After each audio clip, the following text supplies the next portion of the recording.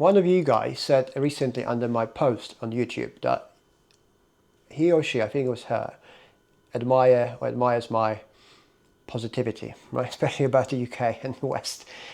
And I get it, right? It's not easy to be positive if we look around, seeing what we see.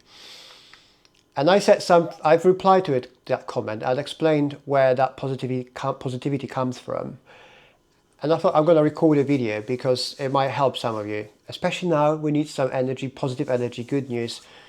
I don't have too many good news, but I'll try to give you some ideas of how you can find a little bit better mood and what to do to actually uplift, get yourself up a little bit. And it's basically, too many people, I believe, in the UK and in the West are stuck in big cities, okay? Like I understand somebody's going to come, oh, Alex, easy for you to say because you live in the Cotswolds, the most wealthy area of the UK or something. But although it's partly true, I'll put me down a little bit. That's not it. And if you actually listen to what I have to say, this can be actually used anywhere else. It does not have to, I'm not going to be talking just about Cotswolds and you have to move to Cotswold to be happy or something. Like, that's not the point. Okay, there's a different point in this video, and I'll give you 10 or maybe more points of what is important for me. And it works anywhere. Anyone can do it. You see, people are being stuck in big cities, and I was, bear in mind, I lived in London more than 10 years, or 10 years-ish, something like that, 10 or 11, 10 years. So I've seen it all. And people are stuck, and we're getting ourselves into this loop thinking that this is it. Like, it took me really long time to actually realize there's more England outside of London. Like, for many years, I would be there and I only maybe go once or twice a year, little trip down to Brighton or something. And for me, that was it. And then when you actually go out, especially to a countryside, smaller towns and villages, you can actually see the actual England, the real England, which is still there, okay? Not what it is in the cities. London, Birmingham, Sheffield, whatever, Manchester, these are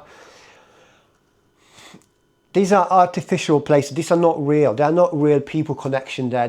This is not what England is, in my opinion, or what it used to be, in my opinion. Again, I've been here only since 2010.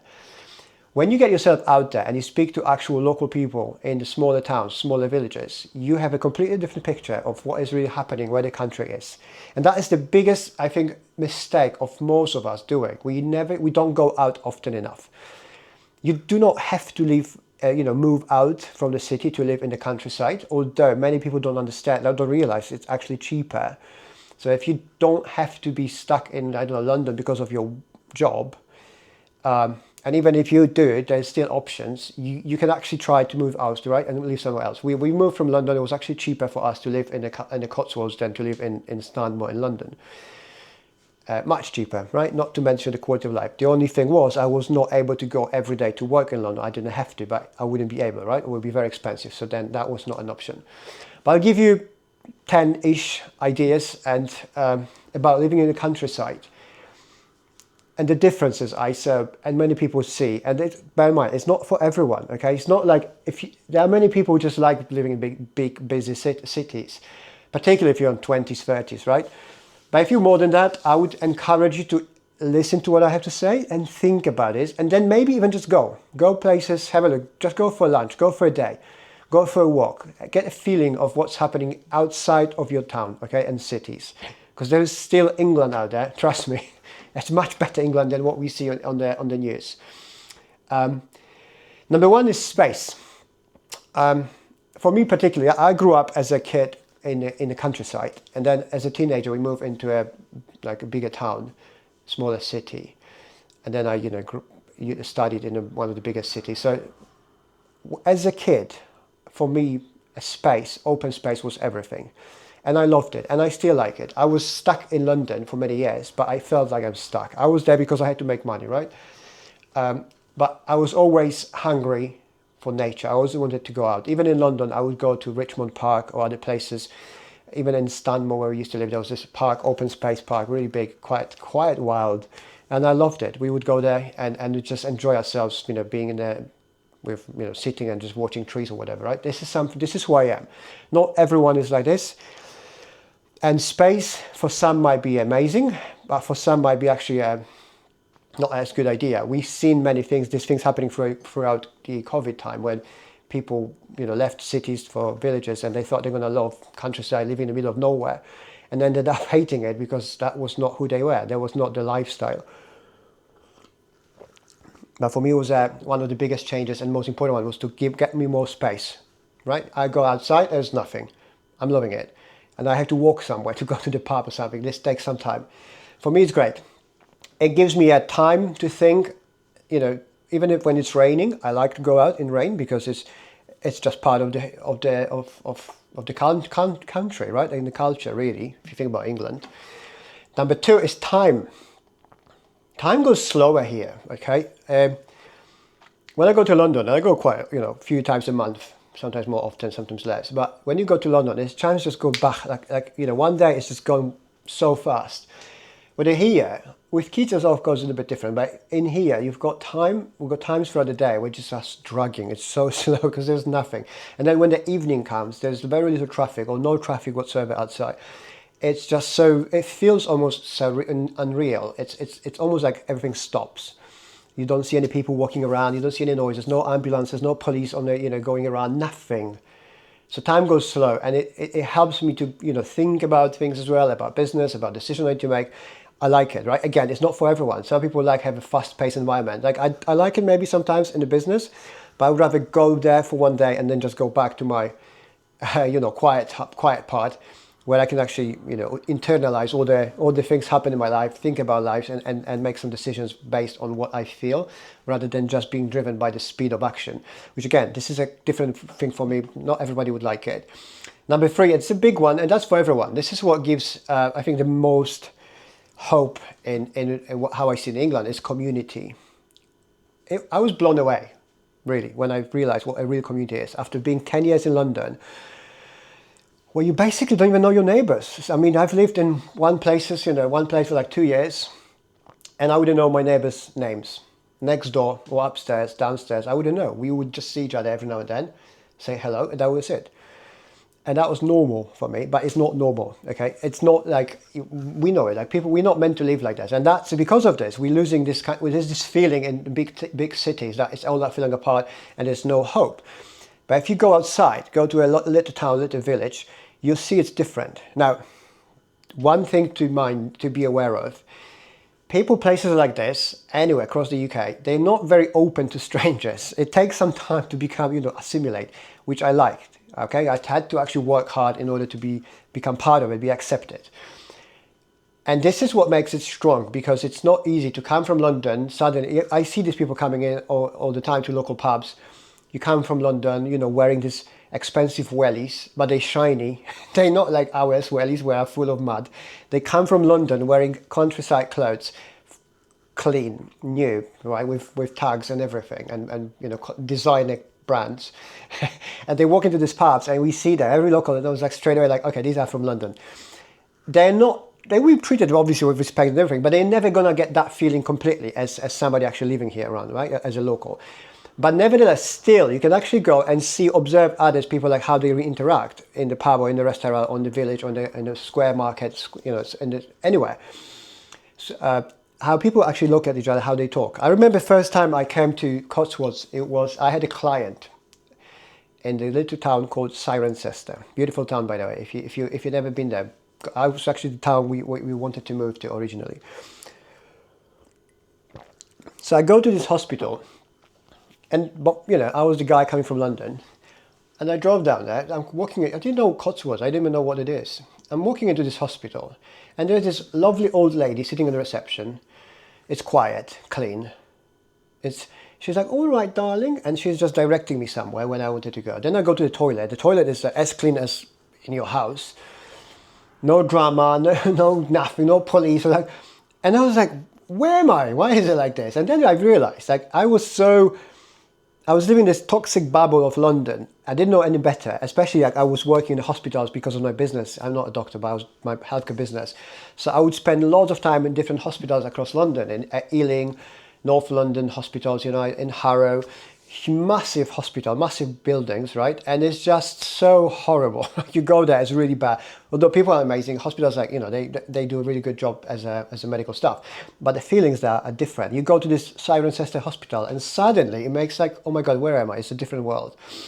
This was the moment for me when I realized, a moment I don't have to stay in London, I don't want to be there. I'm going to move to Cirencester or a place like this. And this is what I would imagine, advise you to do as well. If you're not tied, you know, if you're not stuck in the city wherever you live because of job, try. Even maybe just go for a day, maybe go for a weekend, get yourself there for a little bit more. Maybe move a little, I don't know, or if you can, just stay there for a week. Like, try it first. But I can guarantee you, many of you would just change the attitude towards life and everything if you've only been exposed for long enough to different England, and it's still there. And it's me, an immigrant, talking about this. I mean it. Like I said, it's not easy to get in or be welcomed straight away, but it's definitely worth it. And it's many times cheaper than living in biggest cities in the UK, definitely in London. Number 4, money. That's already mentioned. Housing can be cheaper. You can rent a house. We rented a small, not cottage, like a bungalow in a lovely village, and it was cheaper than 2-bedroom flat in Stanmore in London, right? You have amazing, you know, big garden, amazing views, more rooms, small, it was a small bungalow, that's fine, we are happy. And it was cheaper than a 2-bedroom shitty flat in North London in Stanmore. Much cheaper. So the quality just increased immediately, right? Again, I didn't have to travel to London every day, so that was for me like saving, and we just had the quality of life just increased. I still remember that day we moved in, and it's just, I could not believe it, right? I was asking myself, what took me so long to actually did it? And I didn't know about this. That was the main thing, because if I knew, maybe I would work harder towards that goal as moving out of London. But I didn't know. I thought London is the UK, and that is the mistake I see over and over. People think confuse the whole country, spirit, people for what they see in London or Birmingham. Well, Birmingham obviously is yeah. Next one is shops and availability. That is a problem for many. There is not many shops around, right? There's like, obviously you've got Tesco's and supermarkets if you need to go 10 minutes drive or something, but there is no, it's not Oxford Street, right? If people like doing that, I hate shopping. I'm just a guy, so I suppose most of us are like this. But many people like spending time in shopping malls or something. I hate it. Like if I go to Oxford Street, I'm just, oh, right? It's like I feel it in my spine. So for me, just going in and out, do the quick shopping is exactly what I wanted to. For many people, would not to be. And the other problem also, or challenge for many, would be food. This is what I like about London. I think the only thing still I like about London is when I go there, I go for something nice to eat. Doesn't have to be expensive, but something different. Like I have this Vietnamese restaurant in Kingsway. It costs like 20 quid. It's just a lunch place, normal place. But it's just different. I like it. Around here, you only have pubs and restaurants, and it's all pretty much the same. Pub food, which is great, but after living here for like 4 years or 5 years, I've tried every single steak, chicken, lamb shank, whatever you have. I've tried it all. And it's just getting, at some point, just getting, you know, you're bored of this, right? There's nothing else. You can go to other places, Oxford or something, but you can't get it around here. So that is the downside for many. So there's no like, you know, partying, clubbing, restaurant life. No, you get pubbing, amazing life in the pubs. Like, well, it's a different experience than in London, right? So money and shops also, you know, there's no clothes or anything like this, but we live in times where I buy everything on the internet anyway. So apart from like doing shopping for food, I buy everything else on the internet. Next one is weather. This is a strange one for me because it's actually worse weather here than in London. London is always 2-3 degrees warmer as a big city, but it's also more sun somehow. I don't know what's this about Cotswold is more rainy. It's windy, and then when it's windy, it's like really windy, right? So if you're in London and you feel like it's you know, blowing really hard, in here it's almost impossible to walk. You also, like I said, you've got in London, there's many people. It's all about what you look like, right? The brand clothes, flashy clothes, clean clothes, shoes, and stuff like that. And here, nobody cares, and you've got people walking in wellies, normal clothes, like dirty people, farmers, or normal people going to the garden. Lots of people do gardening. They're always dirty, basically, right? I mean, it's like, obviously, if they go out for dinner, it's nice and clean and posh. You can do it, but nobody pays attention as much as in London. So again, for me, it's a big win for many, you know, if you like clothes and stylish clothes and brands, you won't see it here. And if you do, it's just, it's not, you're not going to do it because you're going to waste, you know, who's going to waste those clothes? You're going to get dirty. It's just not, it makes no sense. So you again, if you part of who you are is actually wear nice clothes and designer clothes, you're not going to be looked here as somebody like, oh my God, look at how great. They're going to look at you, they're going to laugh at you. Transport, next one. There is no transport, basically. Everyone, wherever you go, you need to drive. So that is a part I'm not, you know, I don't like much, right? Because you can't walk anywhere. This is what I like about London. You just get out, get on the tube, get on the bus, and you just go anywhere across the whole city. You can go for a party, come back, and here you can't. You just have to organize always some transport. If you go for a night somewhere or drinks, somebody's to come and pick you up. There is a couple of companies for taxis, but they're not like very reliable, and there's so many villages everywhere that everybody, and all the pubs are closing at 11. So if you finish at 11, then literally every taxi is busy, right? So it's very difficult. So I walk a lot at night because there's nothing. But if you need to go further, it's hard. If you need to take your kids anywhere, you need to drive them. They can't go anywhere. You're basically a driver all day, every day. Whatever you do, you have to drive. You can't live without a car. So for many people, that would be a downside. Many people can't drive, and obviously it's more expensive than not having a car. But then we don't pay for any public transport money because there is no public transport. But I have a train to London. There are trains every hour, so not far from where I live. So it's fairly easy for me to go to London and come back, unless there's some drama. But if there's no drama, it still can be done, right? And I can be home, end to end, door to door, London here, about less than 2 hours. So it's still okay, and it's not that expensive as well if you book in advance. Healthcare, next one. Very good dentists, very good GPs. More, I think, less busy than probably in big cities, right? Because there's less drama. But again, you have to drive, and it's more expensive, especially like I'm talking about private dentists. And you don't have these fancy clinics and just walk-in centers, stuff like that. It's just a GP surgery, right? And a pharmacy. And they can be closed. Pharmacy can be closed. I had like last week, a couple of weeks ago, I went to pick up some medication for my kid, and I went there and there was this, sorry, we closed for 1 hour lunch because we have not enough staff.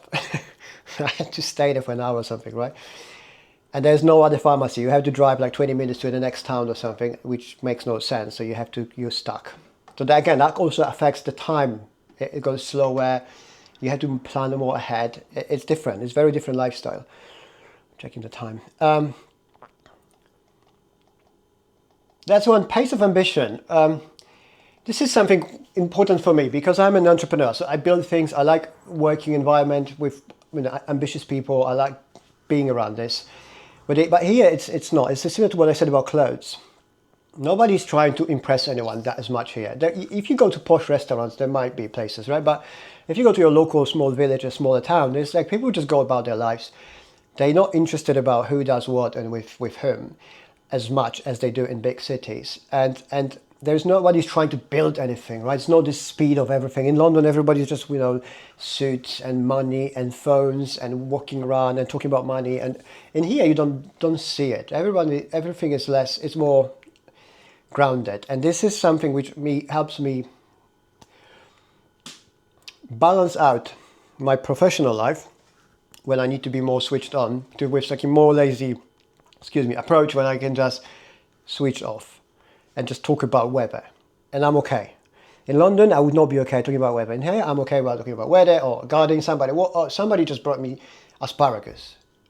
Right? It's like, hey, Phil, he brought me asparagus. I said, that sounds amazing. Like, have you had anyone ever brought you asparagus from his garden to the pub? Because I had, right? It's like, these are the conversations we're having here, and I'm absolutely fine with it. Again, not everyone would be fine.